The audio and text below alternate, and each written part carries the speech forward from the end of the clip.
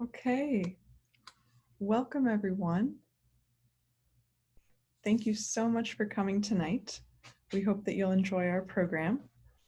My name is Dr. Caroline Roberts, and I am the Van Allen Observatories Manager at the University of Iowa and also the Astronomy Laboratory Coordinator. Tonight, we'll be talking about the stars. Our guests for this evening are Cole Dorman, an undergraduate student at the University of Iowa, and Professor Ken Gayley, a professor here in the department. Cole is going to start us off with talking a little bit about the stars, but we'll get to that in just a moment. First, I just want to share this event is being recorded. We're hoping to put it on some of the university platforms just to share with people for whom the event was occurring too late tonight, perhaps past some bedtimes, things like this, so that they can still enjoy it in the future. Our event is quite late. We apologize about that, but we're working with the sunset time in Sonoyta, Arizona, which is outside of Tucson, which is where the telescope that we'll be using tonight is located. I want to invite you all also to follow us on Facebook. This is where you can find us. If you go there, you can see the Facebook pages for some additional upcoming events that we'll have. Tonight is part of a 4-part series. We're talking about the stars tonight, but we talked about our solar system last night. And in 2 weeks, we're going to also introduce you to other objects in our Milky Way galaxy besides the stars, and then also speak about things that are outside of our Milky Way galaxy, other galaxies in the universe and the objects inside of them. So please feel free to reach out to me via email if you would like to be on the guest list for one of these additional nights. Also let me know if you're able to attend 3 or 4 nights. We're offering certificates of completion of our little series. And then also, finally, if you would like copies of the images that we take tonight, drop me an email as well. Some folks have emailed me about last night's images, and I'll get those out to you very soon. But now I would like to introduce you to Cole Dorman, who again is going to introduce us to our topic of the evening, which is stars. The way that our evening will work is Cole will speak. We'll have some time for questions. You can post your question in the chat. You can unmute yourself and pose your question. At about 9:30, Professor Kenneth Gayley will begin his talk. He'll speak about research that he's doing on stars in our Milky Way galaxy. He'll answer some questions as well. And then at about 10 o'clock, we'll transition to the observation part of our evening. But without further ado, Cole Dorman is an undergraduate physics and astronomy major at the University of Iowa. He is the president of the Department of Physics and Astronomy's Society of Physics Students organization. Please welcome Cole, and Cole will begin his talk. Hello, everyone. Let me just start sharing my screen, kind of transition over.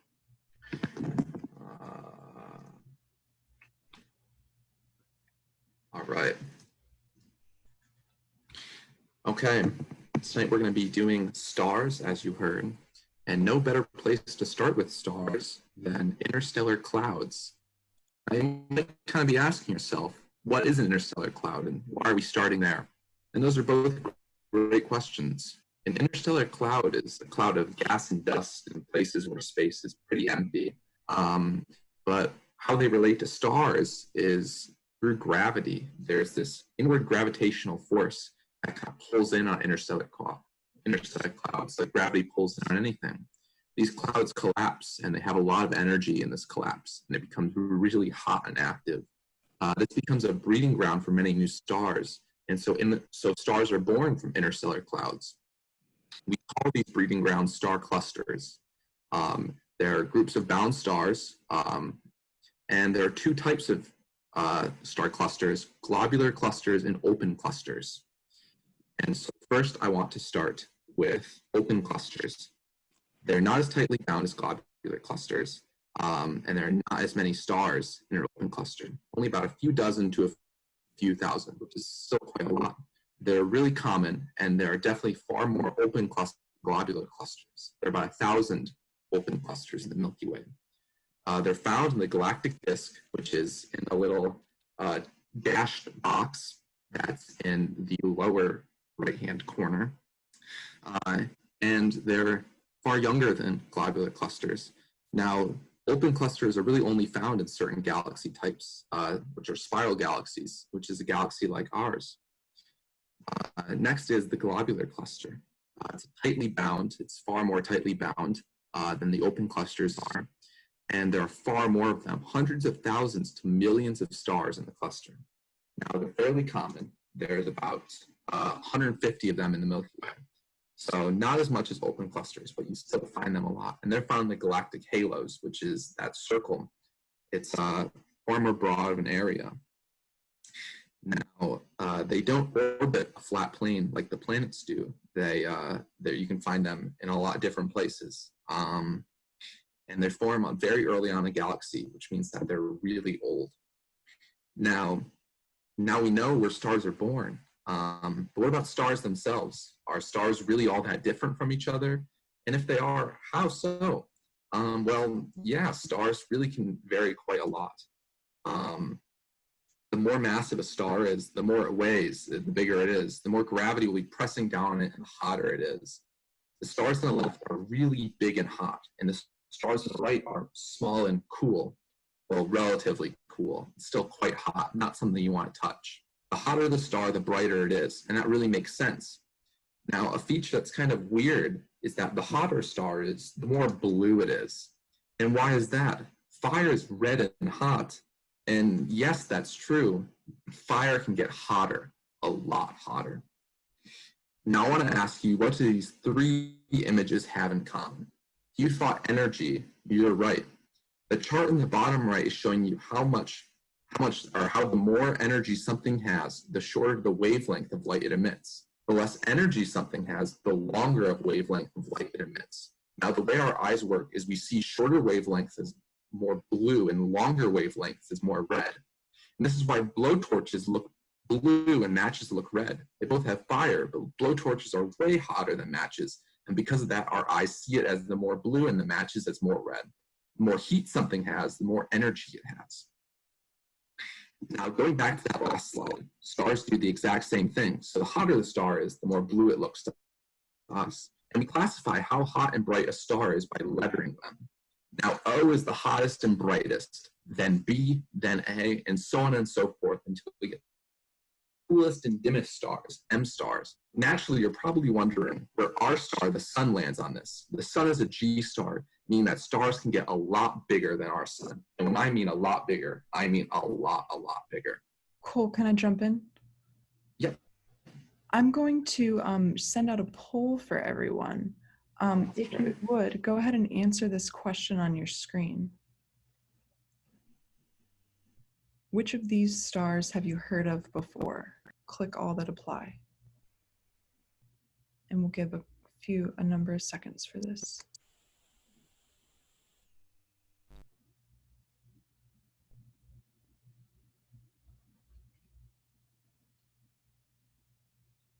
Okay, we'll give it about 5 more seconds.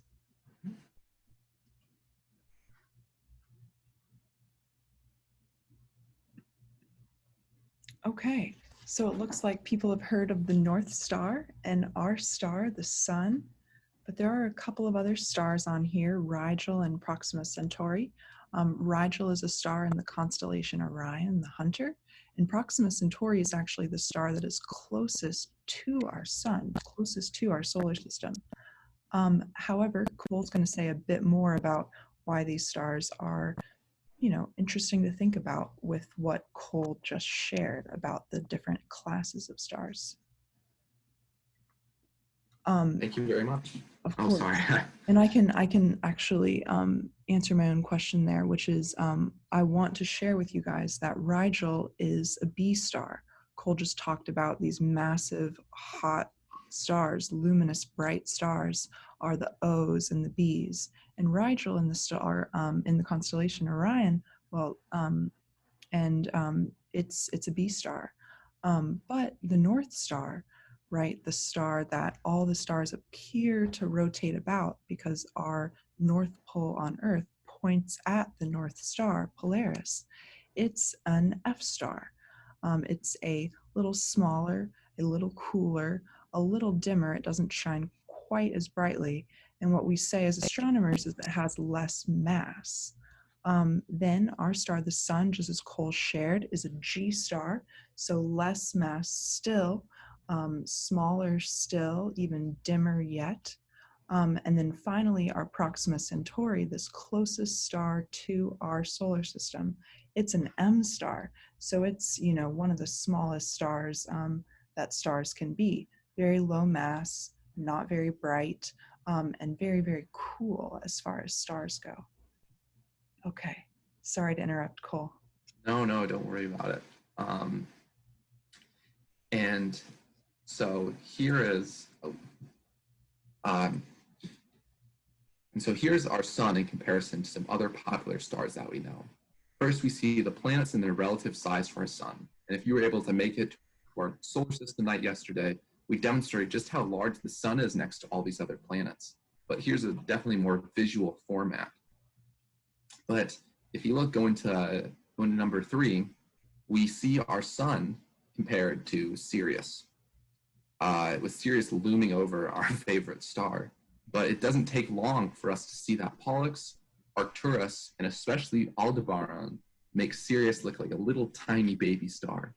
Now, just when we think we've seen the biggest one, we have 2 more that go and just make Aldebaran tiny again. And this finally brings us to, I hope I'm pronouncing it right, Mu Cephei, VV Cephei A, and VY Canis Majoris. And they're so big that the sun wouldn't even be visible if we put next to these stars.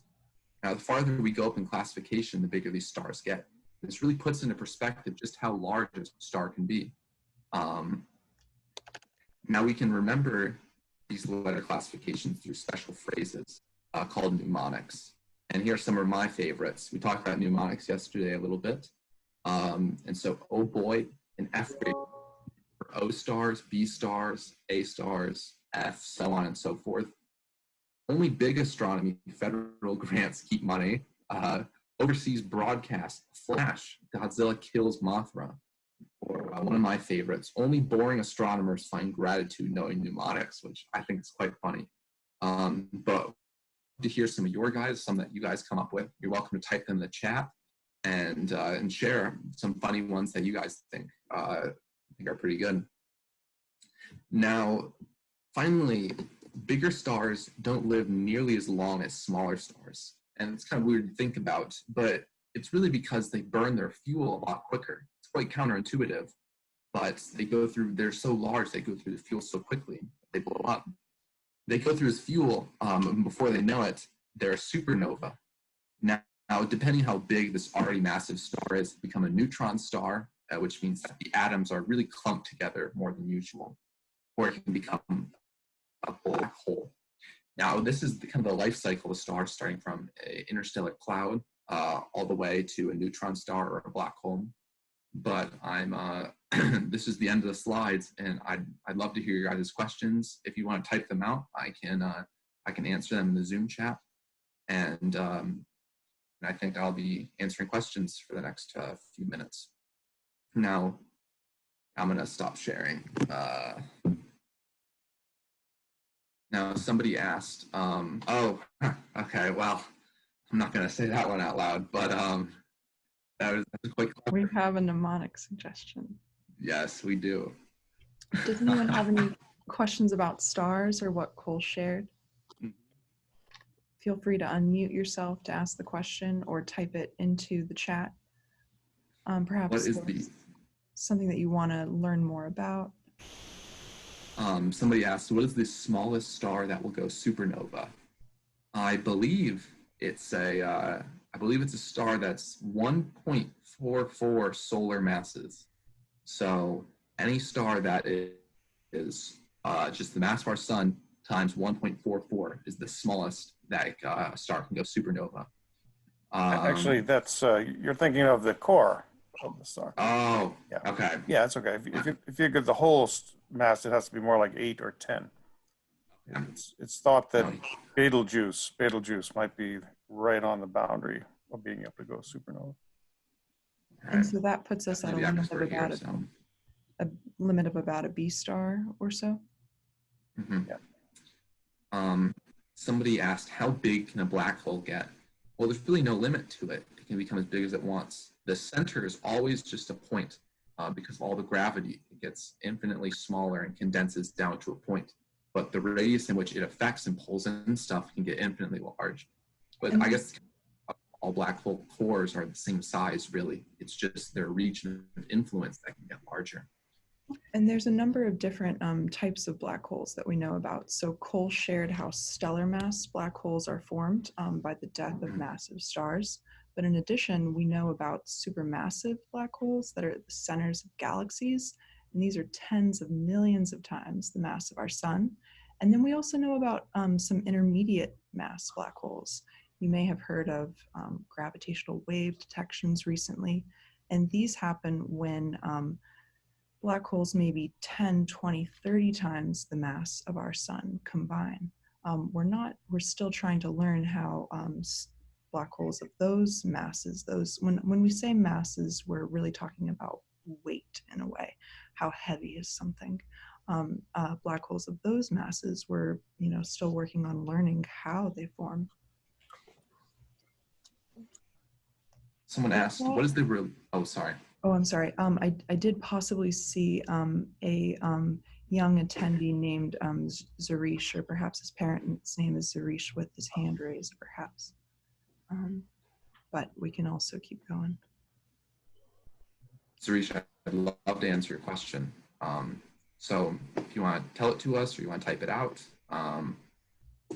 be my guest, really. Okay. But yeah, feel free to go ahead, Cole, with what you're doing. Until then, Gabriel asked, oh, I'm sorry, Zarish.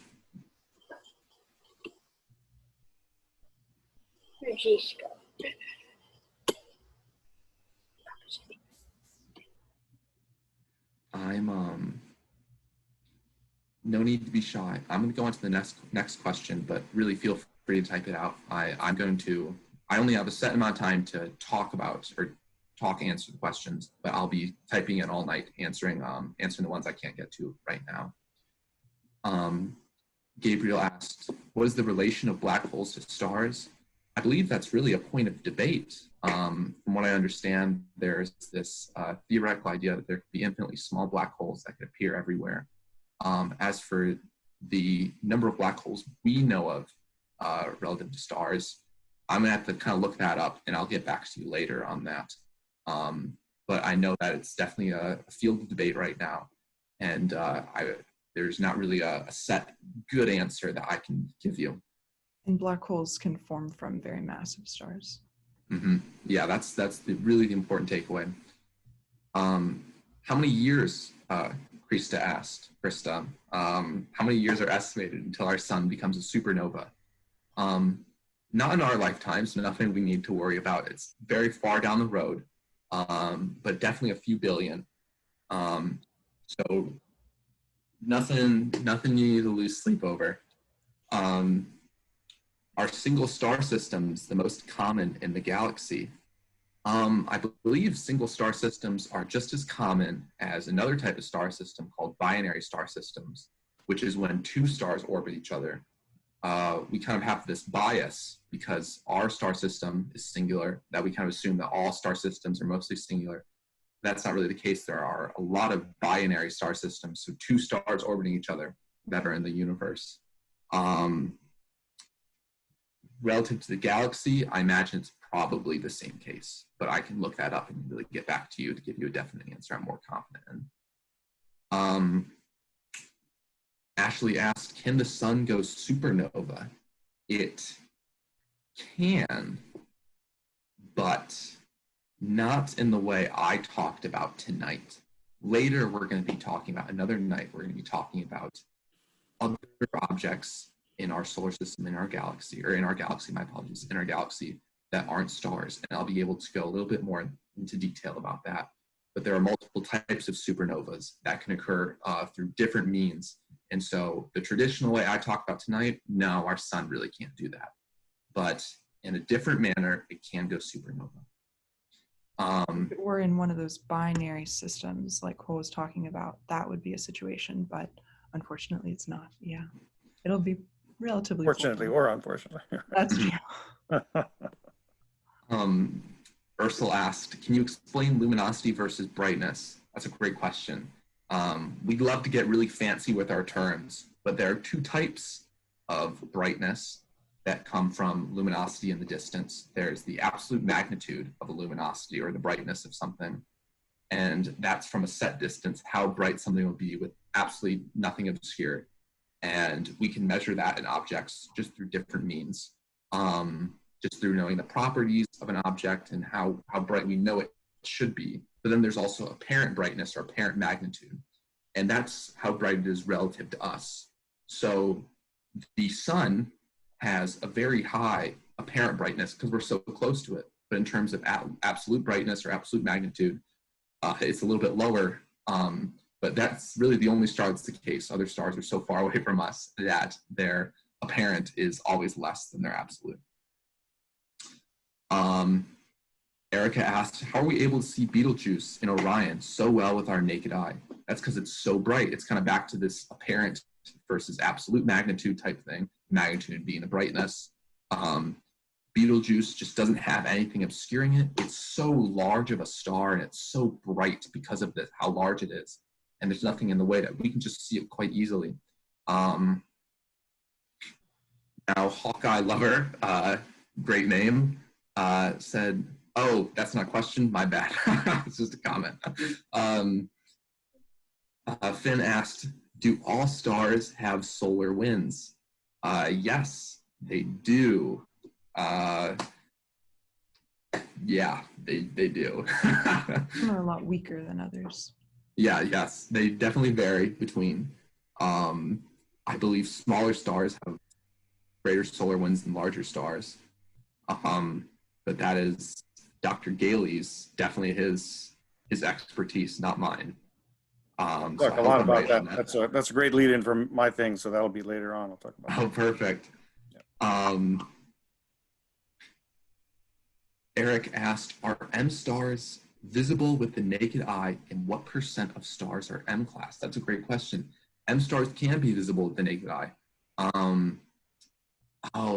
I think Dr. Roberts earlier tonight was talking about an M star that's quite close to us that I imagine you can see. Yes, Proxima Centauri is a very close M star. I'm not sure if we're able to see it.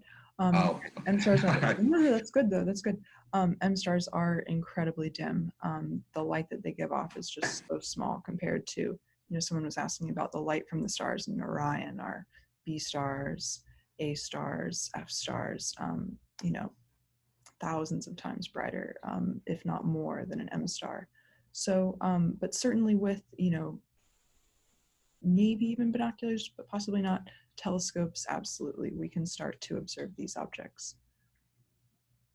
I'll grab the next one if you don't mind. So something kind of cool is, even though a lot of people think that black holes suck things into them, they really don't suck at all. They have a lot of gravity. They're very massive, we say. There's a lot of stuff to them. And so just as our Earth orbits the sun, because the sun has a lot of mass, a lot of stuff, a lot of gravity, lots of things orbit around black holes. But unless there's a disturbance, nothing's going to get sucked into a black hole or fall into a black hole.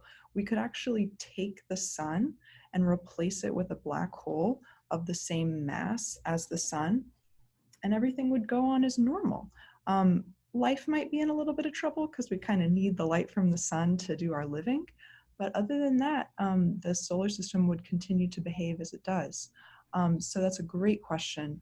And so absolutely matter can fall into black holes if there's a disturbance. And it's very well known that not even light can escape a black hole if it's traveling already in the direction of one. But there is sort of still a question.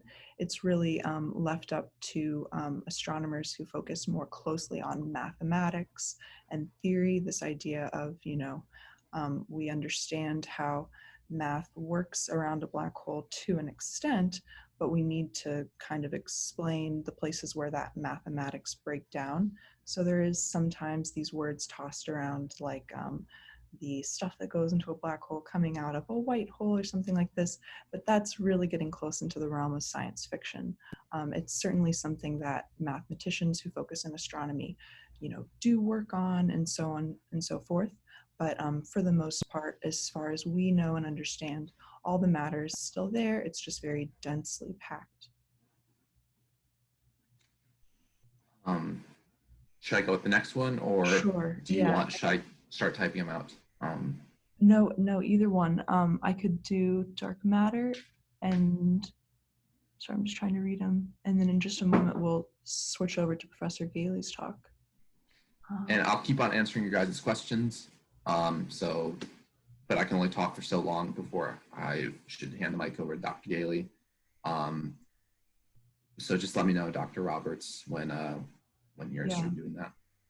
I'll pull out a few more from what I see here. So let's say dark matter, can you see a black hole with a telescope? And then, do you want to take either of those, or I could take I was going to answer, can black holes suck up solar winds? Okay. Yeah. In which case, more, and then we'll pass it over. Yes, they can. Black holes suck up absolutely anything and everything that comes across. Well, we just talked about sucking. It's a little bit easier to say suck, but I think Dr. Roberts did a really good job explaining how it's more falling as opposed to sucking. I'm going to continue to say sucking because it's just a little bit easier. So can black holes suck up solar winds? Yes, they can suck up anything and everything. But if it's sucking up solar wind, I think that star has a little bit more to worry about than just the solar wind. And Professor Gayley is going to talk about a little bit more about solar wind and what it is in just a few minutes. But first, I'll say, can you see a black hole with a telescope? This is someone's question. No, we can't. Light is not able to leave a black hole. However, we can see objects interacting with the black hole. So if there is an object that's orbiting it, perhaps a star, perhaps some gas or dust, we are able to see that matter. If it's a star, we're able to see the energized gas. If there's gas orbiting around it, these are the different ways that we can find the signature of a black hole, by the way that it disturbs other bodies. And by disturbs, I mean it forces them to move in certain ways. This is how we see black holes. We can't see them directly. And then someone brings up the question of dark matter. Dark matter is a really cool concept, not very closely related to our stars topic for tonight, but a great question nevertheless. This name dark matter, it makes it sound kind of mysterious, as if we, don't really understand it. We do certainly know that it's real. We know what it's doing. And the reason why is because we look at galaxies in our universe, and the outer parts of the galaxies are just spinning around the center of the galaxy. They're orbiting around the center of the galaxy incredibly quickly. And that is not what we predict. We expect that objects way out at the edge of a galaxy are going to go kind of slow around the center of the galaxy, just like Neptune and Uranus go pretty slow around our sun. In a galaxy, we expect objects to orbit pretty slow out at the outskirts, but they're not. They're zipping around the center of the galaxy. There must be some other matter in the galaxy that's allowing it to orbit so quickly. And so even though dark matter sounds kind of, we think it's very mysterious, we don't understand it, we absolutely understand what it's forcing the universe to do. We know that very well. There is a question of what is it made out of? Is it, tiny particles like protons and neutrons, these parts of an atom, or is it something less mysterious? Maybe these M stars that we talked about are so dim that we really can't even see them with, binoculars, our eyes, perhaps even telescopes, some of the M stars. There are tons of M stars. There are more M stars than any other type of star. So there are, tons of M stars in any galaxy. And perhaps we're not counting them all correctly. Perhaps there's stars out there that we don't know about, or other types of objects, maybe planets. We're not counting them. We're not counting these other types of objects that really aren't even massive enough. They don't have enough gravity to really become a star. Maybe that's just dark matter. Maybe it's just the things that we can't see. We're leaning towards it's probably small particles, but it's certainly a thing that we still really wonder about. And with that, I would like to introduce you guys to Professor Kenneth Gayley, who won't talk about dark matter tonight. Instead, he'll talk about these stellar winds of the stars that Cole has introduced us to, and some other topics too. Professor Kenneth Gayley is on the faculty in the Department of Physics and Astronomy at the University of Iowa. He works in stellar astronomy, the astronomy of stars, both theoretical and computational. Professor Gayley's research studies stellar structures, stellar atmospheres, stellar disks, stellar winds, binary stars, and stellar outflow, and other mass loss. Please welcome Professor Gayley. Thank you all for coming and for your great questions. We will have time for more questions later. So if you didn't get your question answered, hang in there. I'm going to be talking mostly about stellar winds. So, you might imagine that, and I will share my screen in a moment, but you might imagine that stars are big balls of gas held together by gravity, and that is indeed what they are. But nevertheless, it's not all held by gravity. It can leak out. A little bit of the gas leaks out all the time, and this happens for the sun, and it creates a flow of gas that's moving at a very high velocity, about 1,000 kilometers per second. So that's over 500 miles per second. So it's a very fast speed that this gas is leaking away from the sun. And this has consequences for the Earth. For example, I should be able to share my screen now. Oh, right. And one of the consequences it has is this thing called Aurora Borealis, which look a bit like that. And they're beautiful, lovely colors in the sky. You can see them mostly in the northern or near the North Pole or the South Pole. And this is caused by the solar wind, particles that leak out from the sun at very high speed. They're very hot gases, and they come to the Earth and disturb our upper atmosphere and make these lovely pictures. So, and they have other consequences as well. We occasionally lose a satellite because of events that happened on the sun that spewed out gas that hit the satellite. We can even have electrical storms that knock out the power grid in northern latitudes. So they do have consequences on the Earth, even though it's a very, very small amount of material that's leaking out from the sun. So we're curious about why the sun has these. And you may realize that the surface of the sun may seem pretty hot, but this is a plot here. And so a plot is like a graph where along the x-axis, which is the direction I'm tracing now, there's distance above the surface of the sun.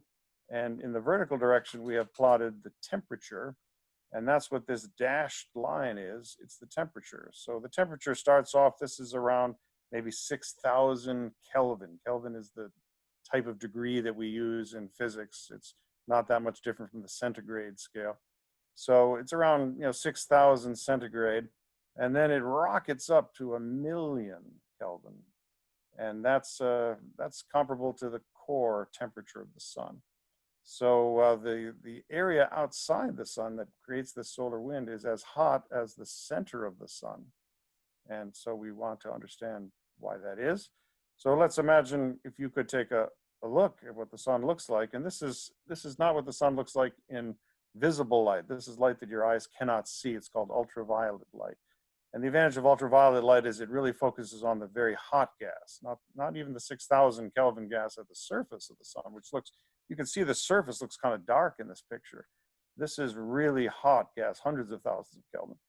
And then you really focus on what's outside the normal surface of the sun. And immediately you see a whole different object from what you'd be expecting.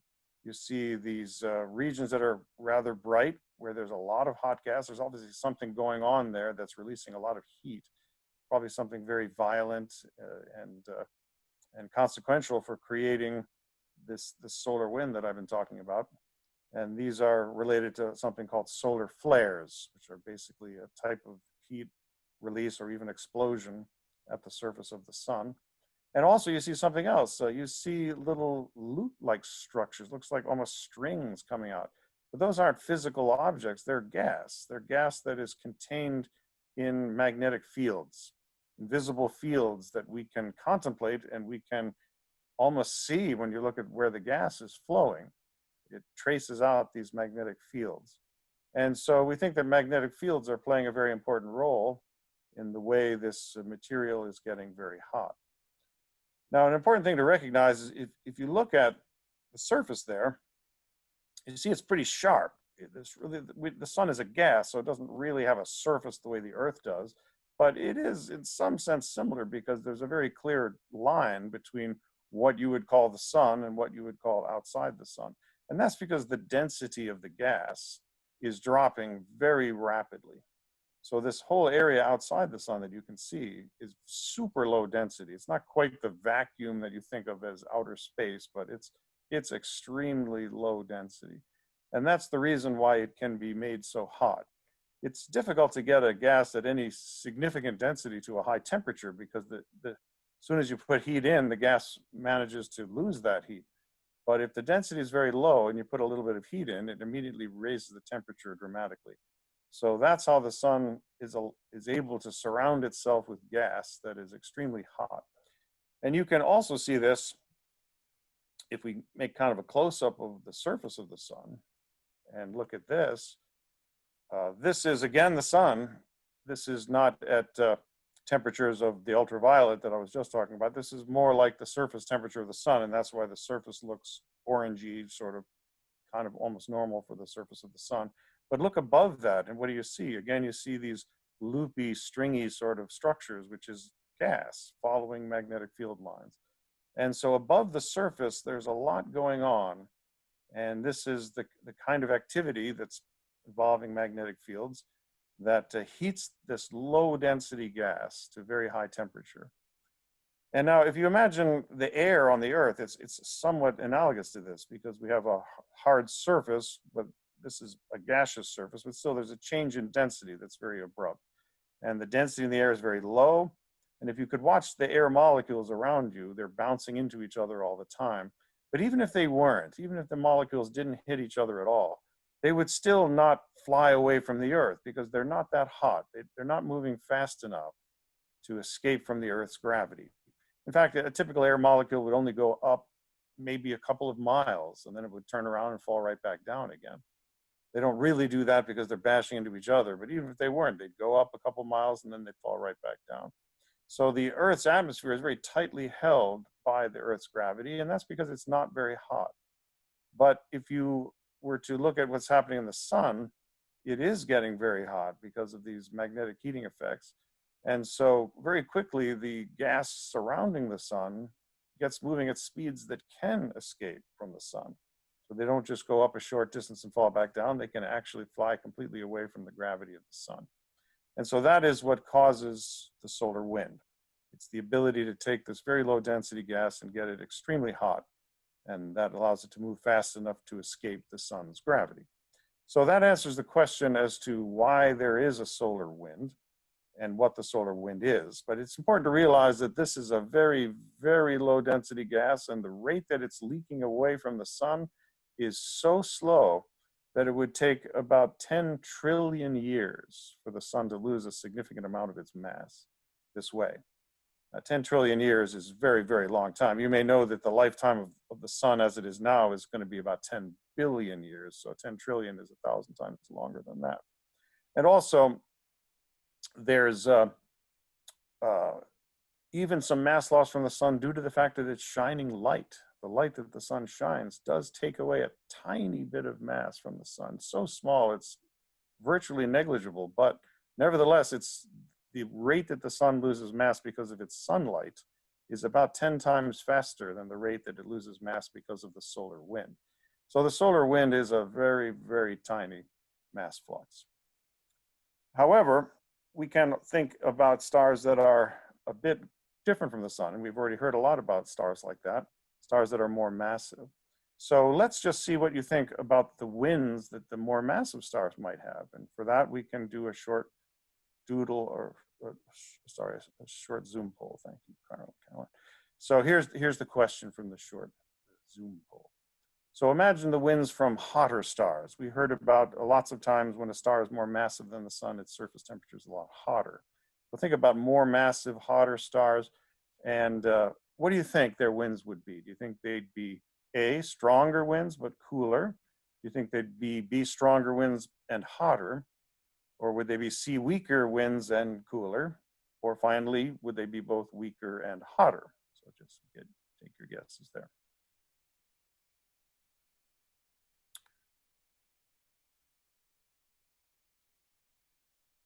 And it doesn't matter if you're right or wrong, of course. This is just an opportunity to say what you think. And in fact, I realize that the question here is a little bit counterintuitive. It has an answer that you wouldn't expect. And as I would have expected, most people think that the wind of a star that's hotter than the sun should be hotter than the sun's wind. But remember, the sun's wind is extremely hot. And the only reason it can be that hot is because the density is so low. But a very important thing that hotter stars do is they have a very high luminosity. The star is shining light incredibly rapidly. And so, as a result, we're seeing a couple of people now clicking in on the fact that maybe they're a bit cooler from these hotter stars. And it is in fact true. And the reason that the winds from hotter stars are cooler, much cooler. The solar wind is millions of Kelvin when it starts out, and the wind from a hot star might be 30,000 Kelvin. It's not much different from the surface temperature of the star itself. So the reason for that is that they're not low density. The winds from massive stars are extremely dense, and they're very strong. So the right answer is that the winds are both stronger and cooler. It's answer A, which is the least often taken, which is not surprising. It is a very surprising result. But we can understand why that is. We can understand why that is. And the reason, the missing element here, is that these stars are so luminous that the light from the star actually pushes on the wind. It pushes on the outer layers of the star, and it gets them flowing away at, again, very high speeds, again, 1,000 kilometers a second. So it's not the speed of the wind that's so different, it's the density of the wind. And that's because gravity is no longer the only force that the gas particles have to worry about. Now there's also light. The light is so bright that it pushes on the gas.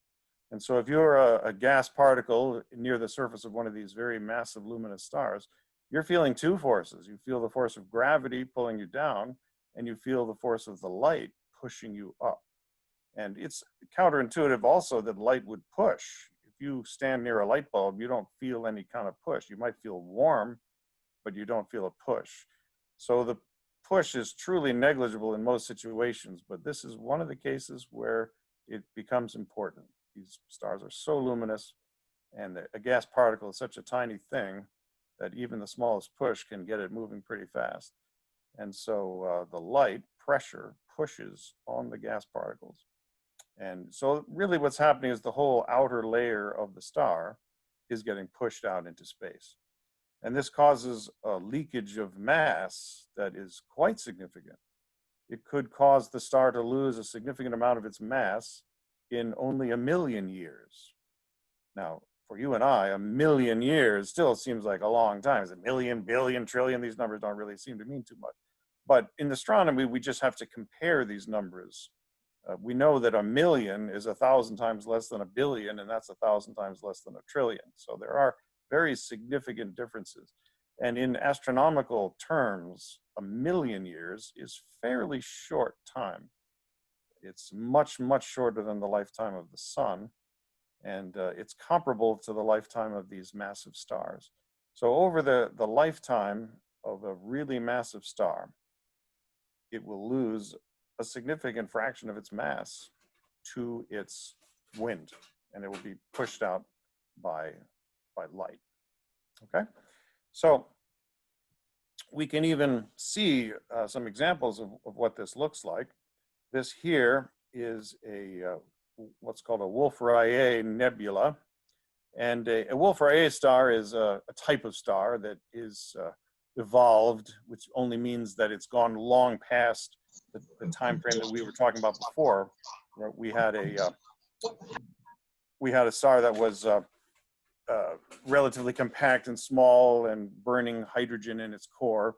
But much later in its life, it's burned up all that hydrogen in its core, and it's become, in this case, a Wolf-Rayet star. And what you're seeing is not just the Wolf-Rayet star at the center there, but also a nebula surrounding the Wolf-Rayet star.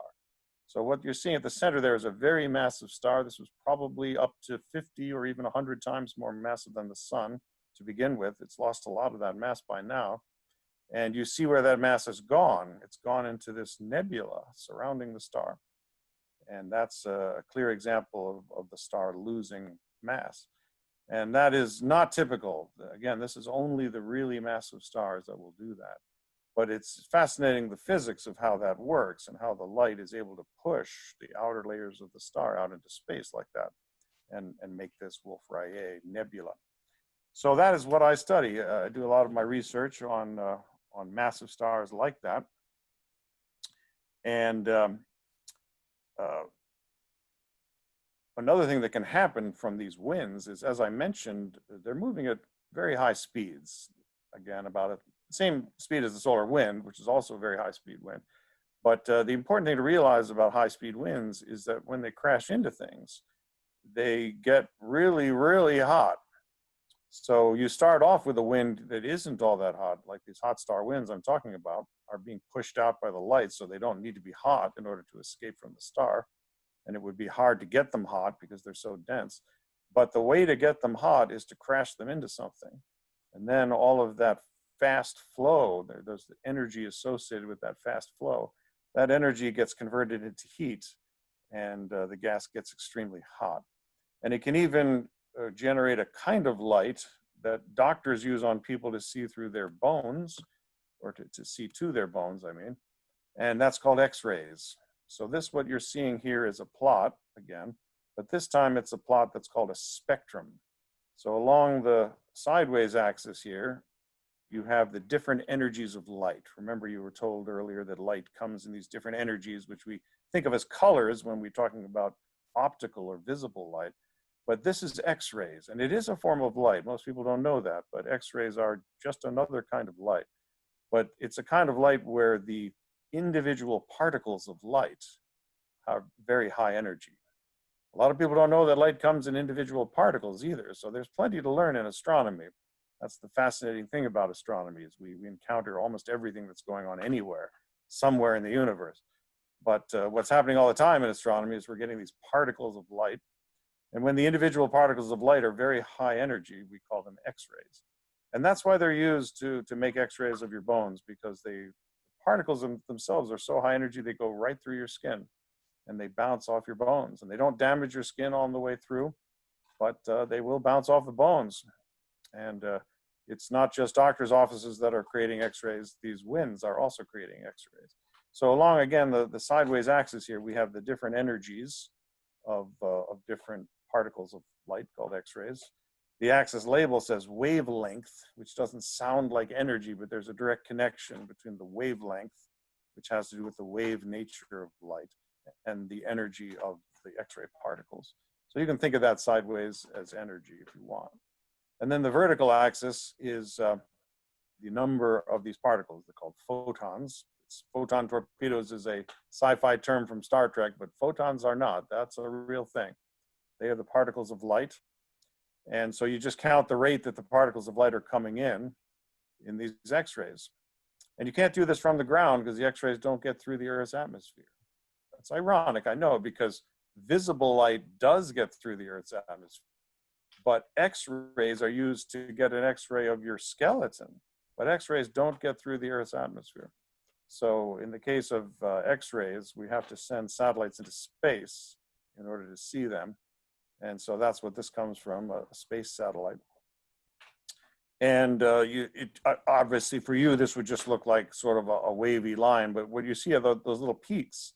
Those are called X-ray lines, which come from different kinds of atoms that are emitting light at very special energies. It's almost like a signature of the kind of atoms that we have out there in these winds.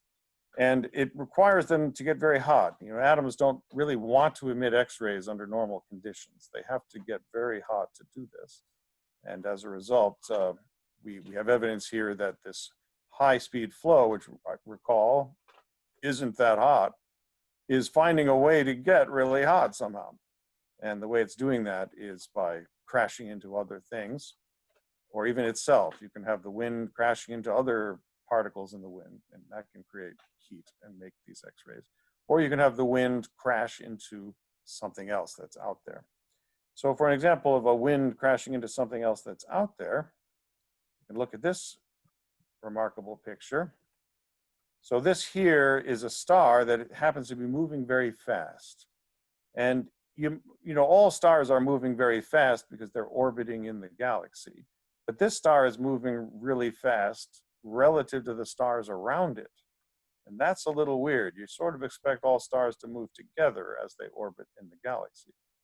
But this star is moving much faster than that because it was in a binary system. That means two stars orbiting each other. We heard about binaries, and it's true, about half of all the stars in the sky are in binaries. And so it's not unusual to have two stars that are orbiting each other. But when one of the stars goes supernova, the other one doesn't have a companion to orbit anymore. And so it just flies off, sort of like a slingshot. If you spin a rock around on a slingshot and then let go, that's what's happened to this star. It's gotten let go by its companion, and now it's shooting through the gas around it, moving much faster than the stars and the gas around it. And so its wind, when it comes out, it finds itself moving at a very different speed from everything around it. And it creates that beautiful shock. That's like a very analogous to the wake that a boat makes. If a boat is moving through the water at high speed, it will make a wake through the water, and that's what you're seeing here. So you're seeing the wind of the star interacting with the material that's already out there in between the stars.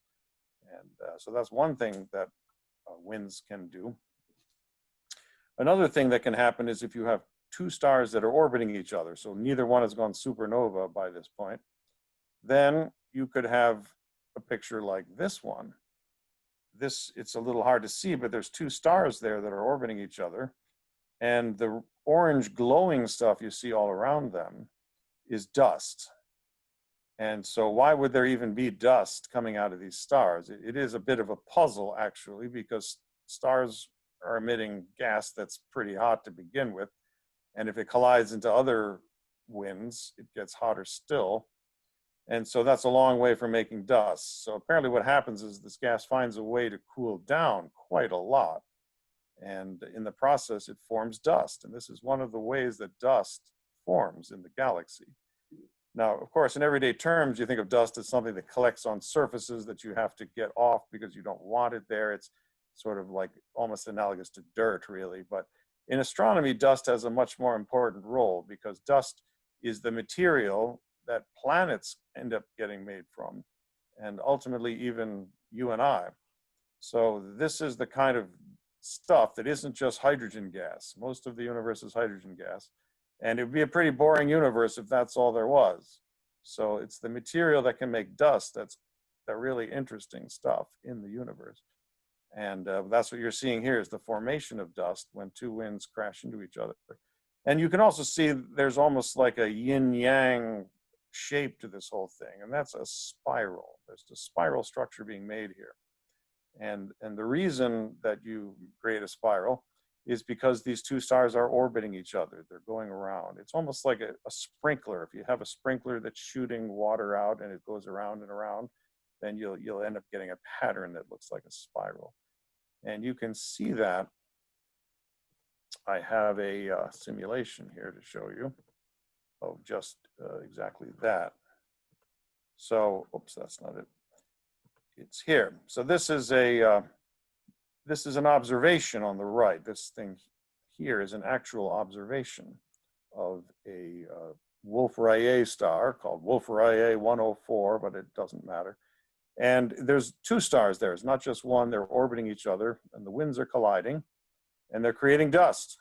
And so the dust is what you're seeing spiraling out. And here in these three boxes are simulations seen from three different angles. So the one that's most relevant is probably the one on the left, where you're seeing it from above. And it looks kind of a lot like the observation, but the simulation just has the two winds crashing into each other and creating this spiral structure. So in fact, it looks almost like a snake. And there is another binary system which is named after a snake god called Apep. And so Apep is the binary that I showed you before. This picture here is the dust nebula made by Apep.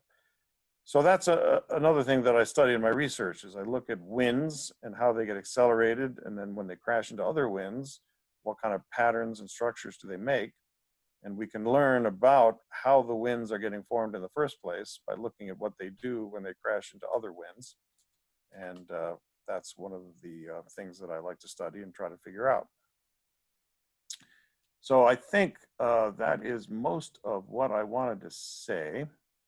So I would be happy now to take any questions that you have. Feel free to unmute yourself and ask a question there, or we can also pay attention to the chat.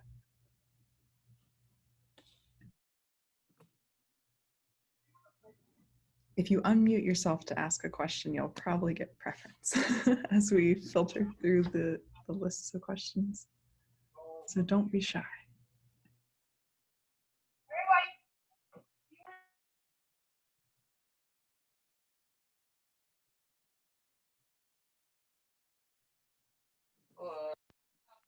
I have a question. Okay, go ahead.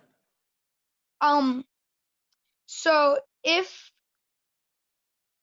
there's like an object in space and there is no let me see what it is again. If there's like the object in space and there is no stellar winds, will the object still move? Well, okay, yeah. So the typically speaking, the wind of the star is so little amount of material compared to the star itself that it won't have any effect on the movement of the star itself. So whether a star has a strong wind or a weak wind, it'll still be doing pretty much the same thing. Now, if the star isn't moving at all, it finds it has a little bit of a problem because stars are in galaxies, and galaxies are a lot of mass that's all spread out, and all mass creates gravity. So if you have a galaxy of mass, it's got gravity, and the gravity will tend to pull everything towards the center. So a very interesting question to ask is, why doesn't everything in the Milky Way galaxy just fall right into the center of the Milky Way galaxy? But that's the same question as asking, why doesn't the moon fall down and hit us on the head? Or how do astronauts in the space station not fall down and hit us also? And the answer is the same in all cases. It's the concept of an orbit. So if you have an object that's moving sideways fast enough, then it is falling. And all of the stars in the Milky Way are falling towards the center of the Milky Way. But they never get any closer to the center of the Milky Way because they're moving sideways so fast that they in effect miss. They're just falling and missing. The sun's doing this too.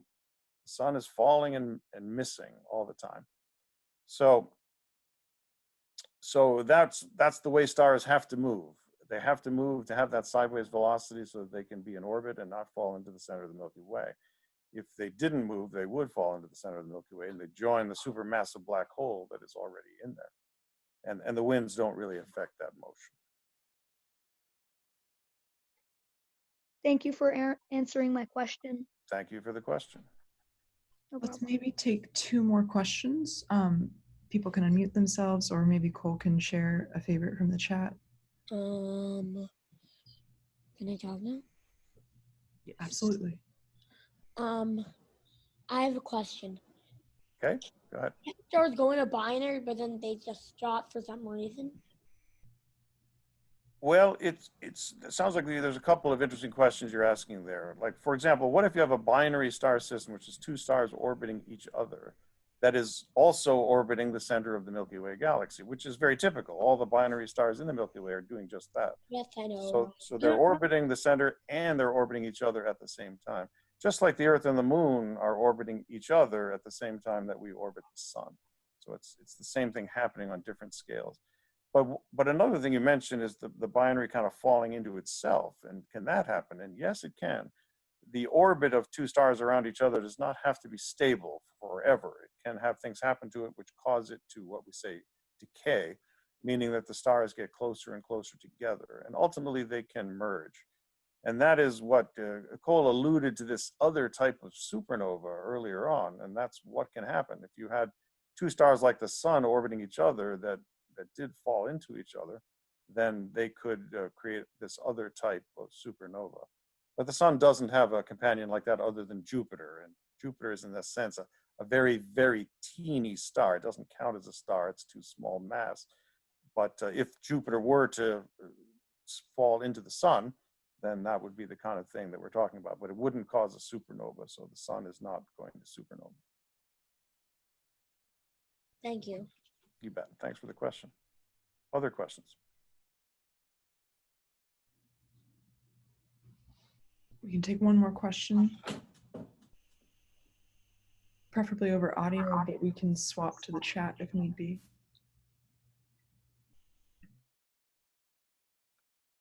Yeah, please go ahead and ask an audio question, because the chat questions are getting answered already. It looks like Cole is making those answers. So if you have another question, go ahead and just ask.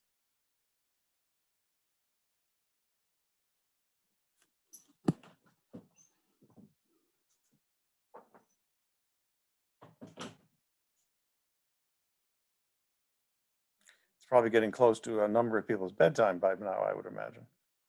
But if you're curious, and feel free, if you have a question that didn't get answered, to either put it to the chat or email it to myself or Caroline, or we'll get your question answered.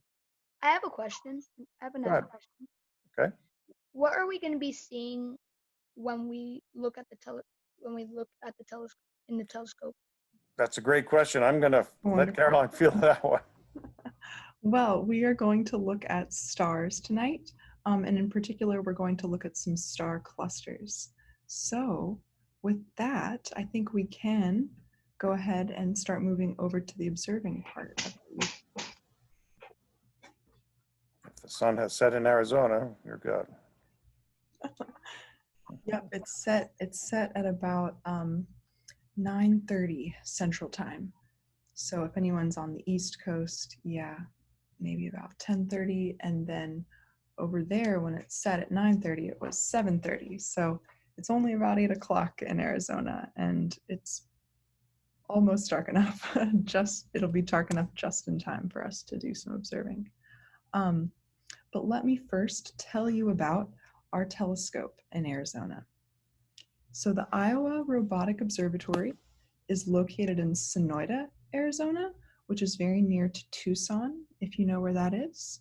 The Iowa Robotic Observatory is part of a larger observatory called the Weiner Observatory. And this is owned and operated by a couple who live down there. Their house is just out of the picture of this image of the observatory at the bottom left here. Inside their observatory, there's a telescope operated by NASA. There are telescopes operated by the Ohio State University. There's a telescope operated by a university in Poland. And then there's also the Iowa Robotic Observatory with the University of Iowa's 0.5 meter telescope, half-meter telescope, that was actually the first telescope that was located on site. And as you can see from this image, there is a kind of roof portion of the observatory that actually will roll over to the right when it's daytime and it's time to protect the telescope. That left part of the roof, that whole top part, rolls over to the right to protect the telescopes. And then, that part on the left has another little roof, so it's always protected, but double protected now. And our telescope is located on the far right of the image. It's got that kind of corner pad. We've got a really nice spot where we don't get blocked by the roof when we're looking towards the south.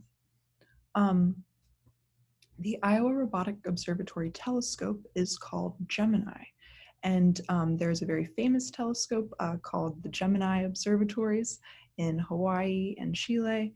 And these telescopes are named Gemini for the same reason as our Gemini telescope, which is the famous observatory has two telescopes that are constructed very similarly with similar instruments and do science that complement each other in both the northern hemisphere and the southern hemisphere, and they operate as twins, where of course Gemini is the constellation of the twins in mythology.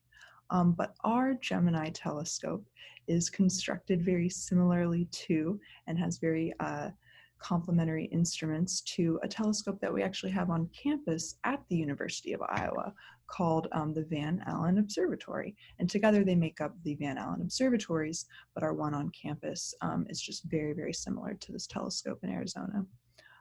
Let's look very quickly at the parts of the telescope. I mentioned it was a 1/2 meter telescope. That means that the main mirror located down here at the bottom of the telescope is a 1/2 meter in diameter and size. So light from an object that you're observing, maybe a star, maybe a star cluster, will enter the telescope up at the top and hit this mirror down at the bottom. Light's going to then bounce off of the mirror and hit this secondary mirror up at the top, attached to the truss up there at the top. And this is what's called a corrected Dahl-Kirkham telescope. And so this means that we have an elliptical primary mirror. So our 0.5 meter mirror is elliptical in shape, while the secondary mirror is spherical in shape. But light will bounce off that secondary mirror and it will bounce down to the bottom of the telescope. And actually there's a hole in the primary mirror where light can pass through to get to our camera setup. And so first, the light is going to pass through the filter wheel housing. And so when we're viewing an object in the night sky, it tells us a lot of information to restrict the colors of light that we're looking at. If we just want to look at the blues or we just want to look at the reds, what we call the wavelength, a particular wavelength or color of light, we can do that with our filter wheel. And at the bottom, we have the camera where we collect images, just as we're going to use this exact same telescope, all these exact same parts, and we're going to collect our images tonight. The mount of the telescope moves and points it around. You'll be able to see the telescope moving tonight. And then another part of the telescope is the focuser that allows the light from the star to be nice and sharp by moving parts of the optics relative to one another to get the best focus. And so let's take a look.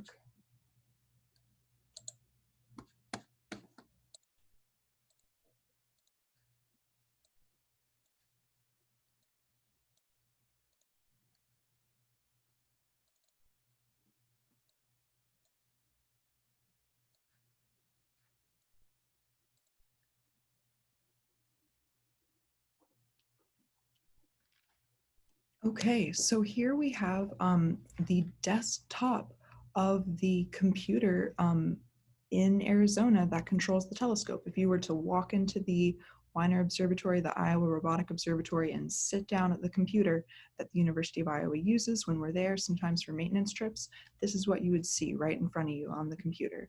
At the top right, what we have is a view of the night sky. So you can see all of the stars, the brightest stars that are visible in the night sky tonight. If you look kind of towards the top center, you might be able to see the shape of the Big Dipper, this asterism in the constellation Ursa Major. Depending on different things that you know about the sky, you might be able to pick out a few more constellations too. These are the brightest stars in the sky. And when you see the yellow crosshair, that is exactly where the telescope is currently pointing. The purple crosshair says, I want the telescope to go here. So we can kind of click around and select different areas. Oh, I want the telescope to go to different locations.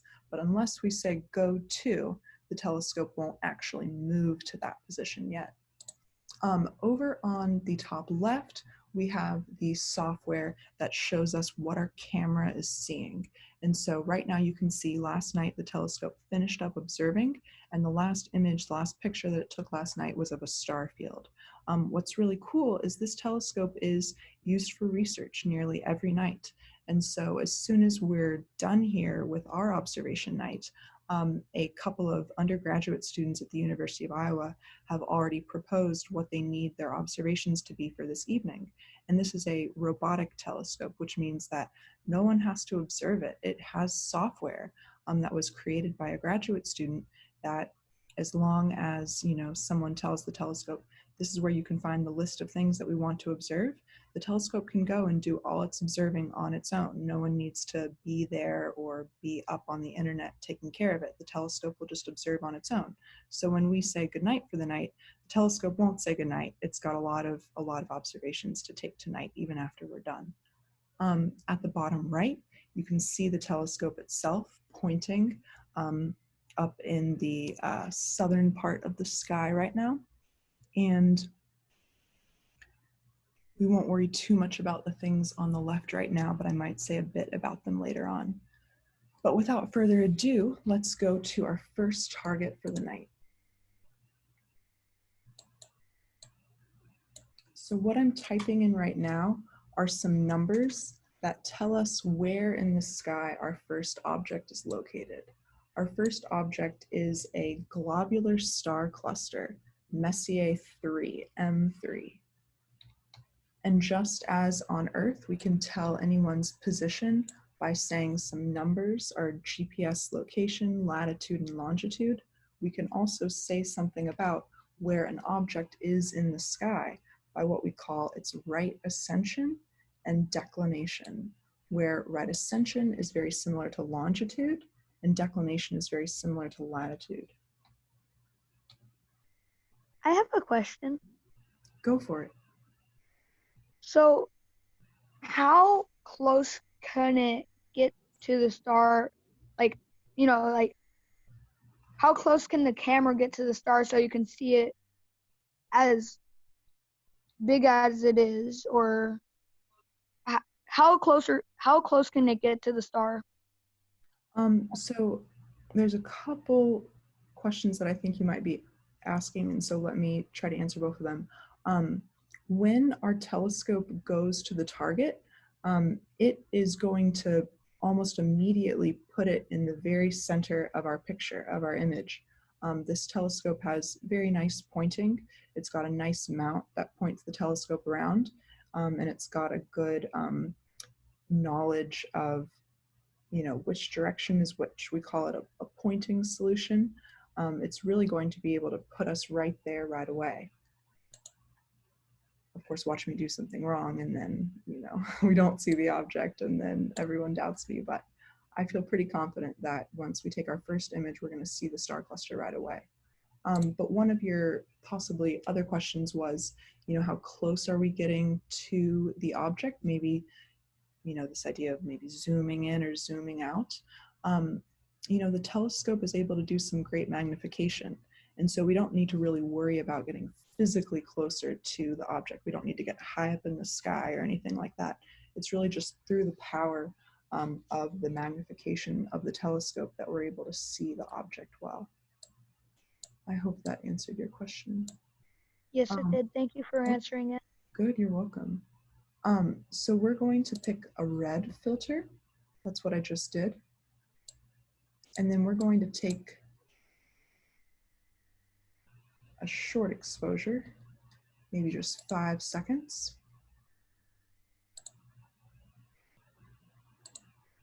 And let's see how that looks.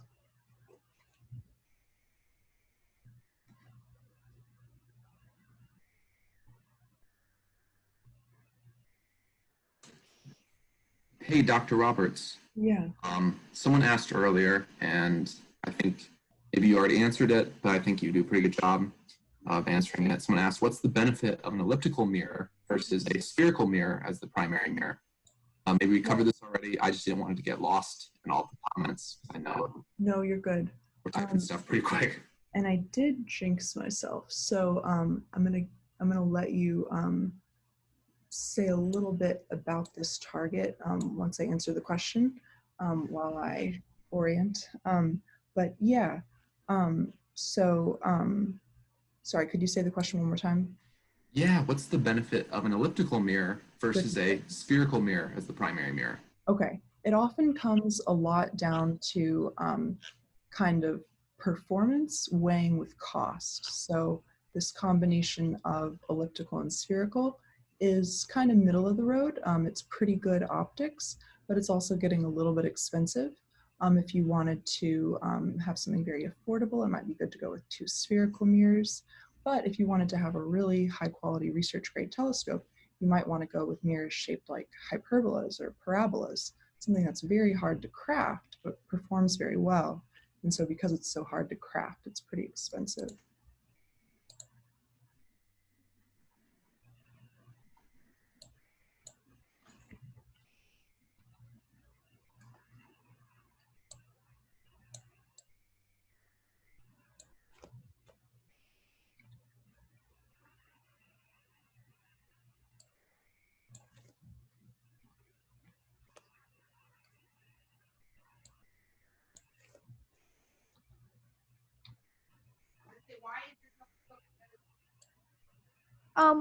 I have one more question.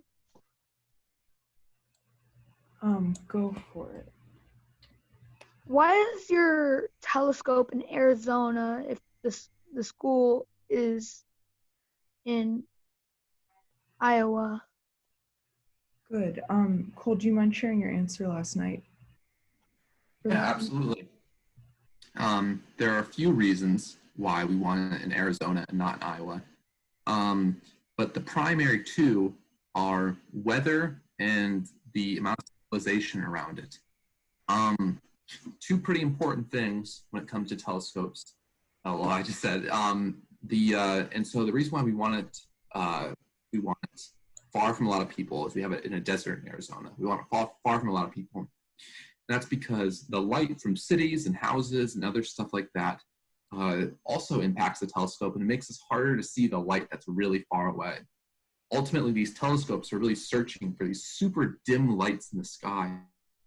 And so when there's lights from cars or houses or anything like that, it really impacts what we see, and it makes it a lot tougher. Now, the second reason why it's in Arizona, in the middle of the desert, is because there's not much water around and there's no clouds. We look up in the sky here, well, wherever you are, I'm not sure. I'm assuming in Iowa. We live pretty close to the Mississippi River, and so water evaporates a lot, and we see a lot of clouds in the sky. And so we can't see any stars if there are clouds in the way. So we looked for a desert where there just wouldn't be many clouds around because there's not much water, and so it makes our objects a lot clearer. So it's to avoid what we call light pollution, all the light around, and to make sure there's no clouds in the sky. Thank you, Cole.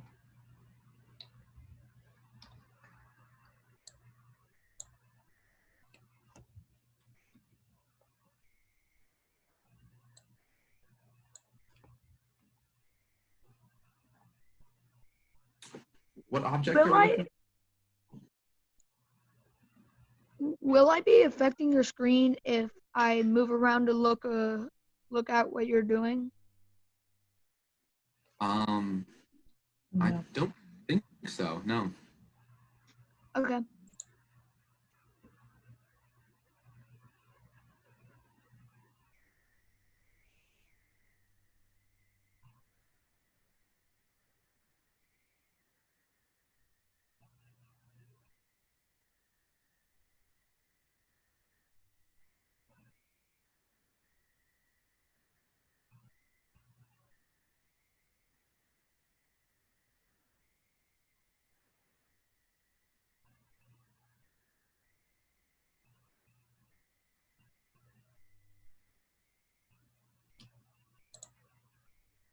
Is the telescope on Van Allen Hall, Van Allen Hall, the same as the one in Arizona?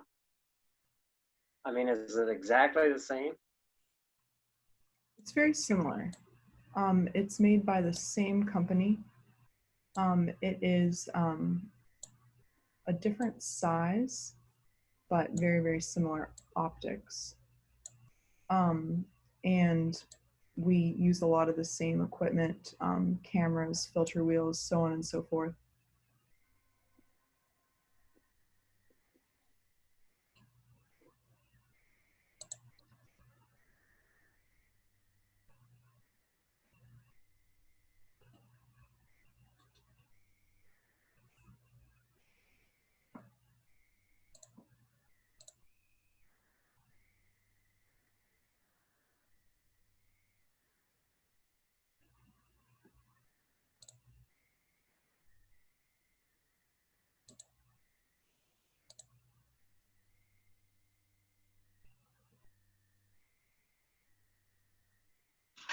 What is that light that's shining onto this telescope? I think it's a spider web.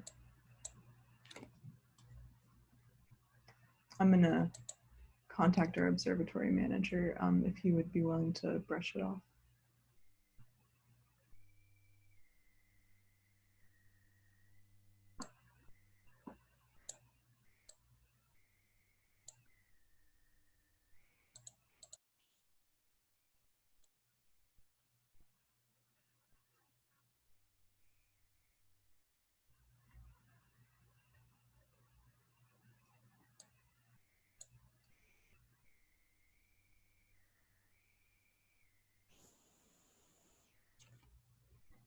Okay, guys. Well, I, really apologize, but something is going on tonight.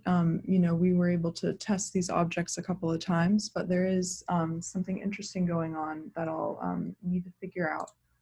So what I would like to do is just kind of share with you guys what we were going to see tonight with some images that we took a couple nights back when we were getting ready for our presentation tonight.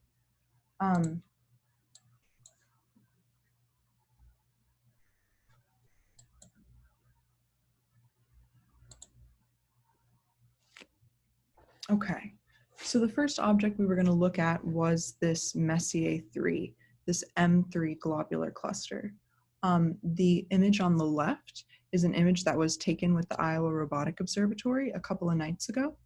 But at the bottom right, you see a image that was just taken by a astronomer who was going to do a lot of processing and cleaning up of the image. And so as you can see, as Cole was talking about, these globular clusters, these old stars in the halo of our galaxy, they're very red stars, very old stars, and they're, a compact ball of stars. We're not seeing a picture. Oh, pardon me.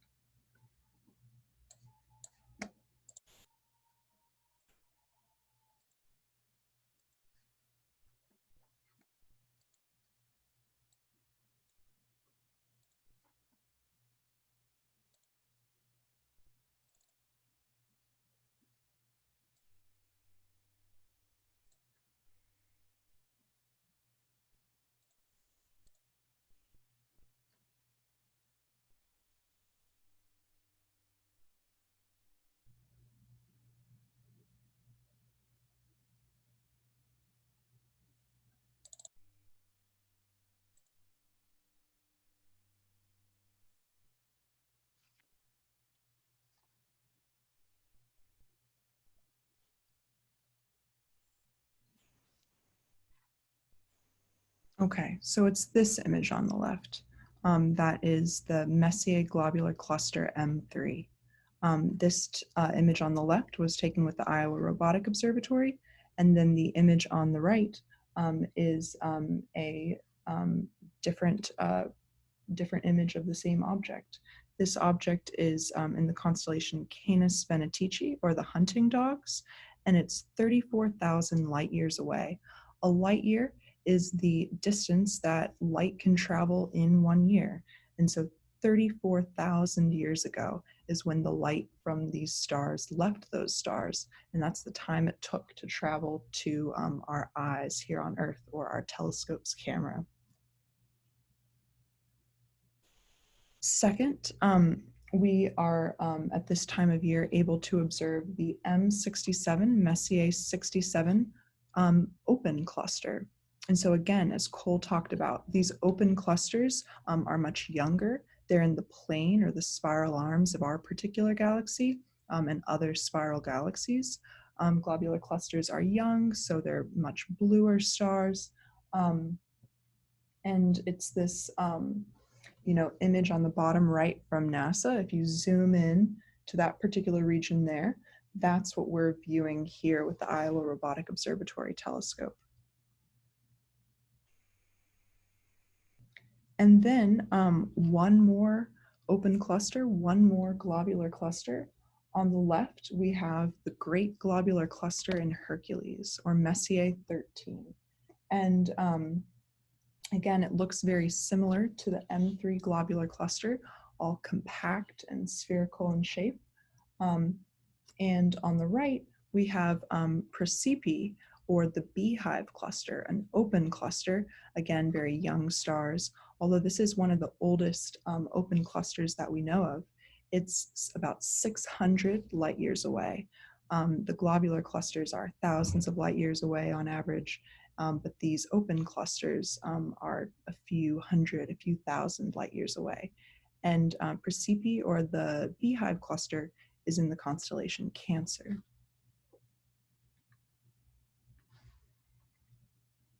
Okay.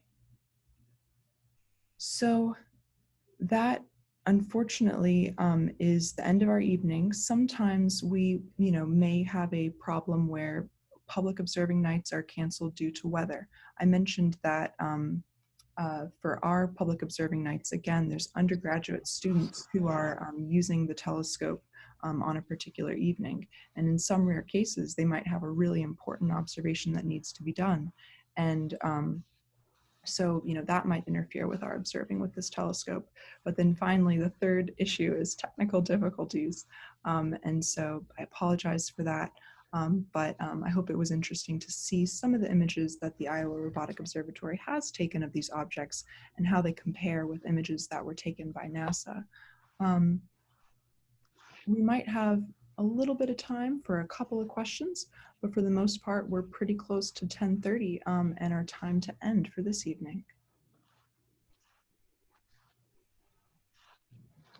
All right. Well, thank you so much, everyone. We hope you'll join us again for one of our future nights. We'll make sure to iron out some of these technical difficulties, and we really hope to see you again. And we're so glad that you could be here tonight.